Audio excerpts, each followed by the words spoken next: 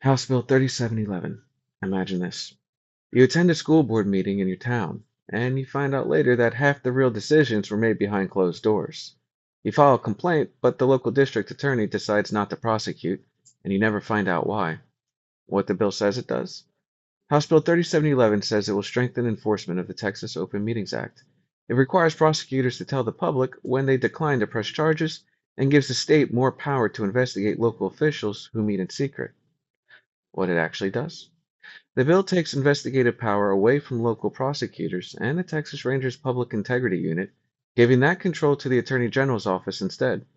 This means Austin can now decide which open meeting cases get pursued, while local communities lose the ability to handle them independently. Now, who benefits?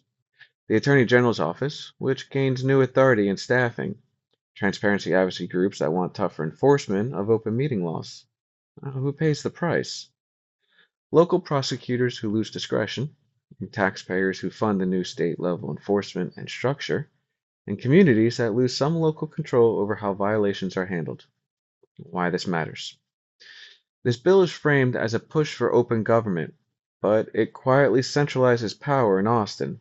That could make enforcement more political and less responsive to local communities. Real transparency depends on balance, local accountability with statewide standards, not one office holding all the power. Now, questions you can ask your lawmakers. How will the state prevent the Attorney General's office from using these new powers for political purposes? What safeguards ensure local prosecutors can still handle cases fairly and independently? And why not strengthen local enforcement instead of transferring control to Austin? Bottom line, House Bill 3711 promises transparency, but trades local accountability for state control. And that's a risk Texans should not overlook.